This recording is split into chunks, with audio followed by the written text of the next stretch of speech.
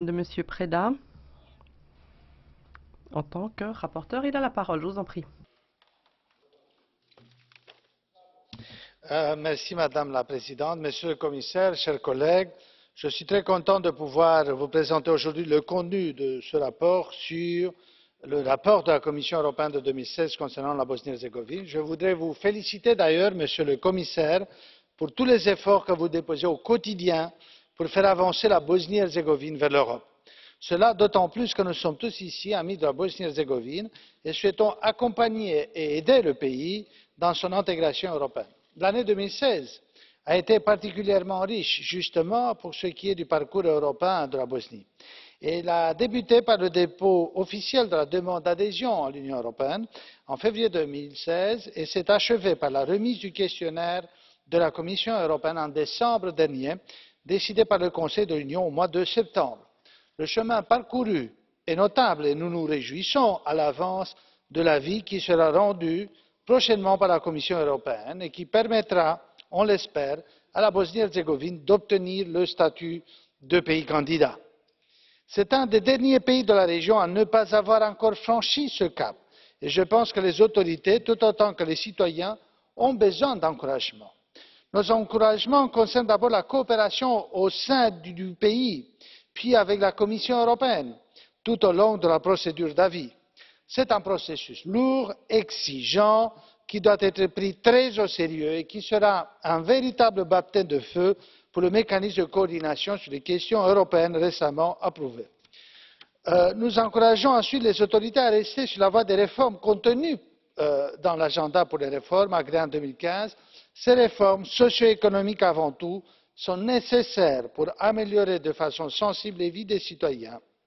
Nous signalons ensuite, comme nous l'avons fait l'année dernière, que les réformes politiques également doivent continuer afin de transformer la Bosnie-Herzégovine dans un État efficace, inclusif, démocratique et basé sur le règne de la loi. Cependant, comme on le note dans le rapport adopté dans la Commission Affaires étrangères, les efforts communs de réforme continuent à être entravés par des divisions ethniques et politiques.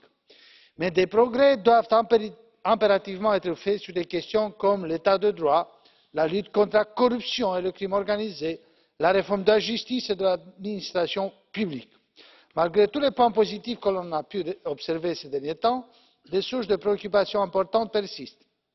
Il en va ainsi des difficultés à établir un dialogue parlementaire institutionnalisé avec la Bosnie-Herzégovine, du fait de l'impossibilité d'adopter les règles de procédure du comité parlementaire de stabilisation et d'association, ou alors du fait que des désaccords durables ont privé encore une fois les habitants de Mostar du droit de vote dans les élections locales. Et peut-être le cas le plus préoccupant, c'est le référendum sur le jour de la Republika Srpska, qui a constitué un coup sérieux porté à l'état de droit et une menace à la stabilité du pays. Malheureusement, la polarisation de la société par des rhétoriques ethno-nationalistes continue encore et risque toujours d'entraver l'avancée vers l'Europe.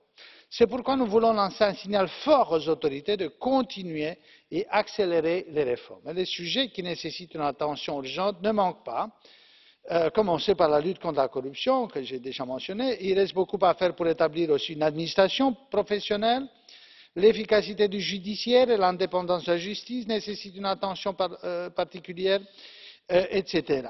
Pour lutter contre le terrorisme et le crime organisé, on attend aussi plus de coordination et de détermination. En fait, mais nullement en dernier lieu, il y a beaucoup à faire pour améliorer le cadre stratégique, légal et institutionnel pour le respect des droits de l'homme. Il faut prendre au sérieux les multiples formes de discrimination qui subsistent et qui sont listées dans le rapport, à commencer par la discrimination des citoyens constatée dans la décision Sejdić-Finci et les décisions subséquentes de la Cour européenne des droits de l'homme.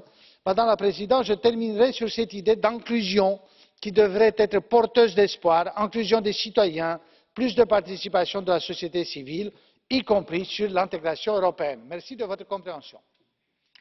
Köszönöm, képviselő úr. Most pedig Merci beaucoup. parancsoljon. Mr. Ball, you have the floor.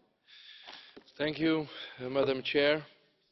And let me start by welcoming the significant progress of Merci. Nous souhaitons féliciter la Bosnie pour les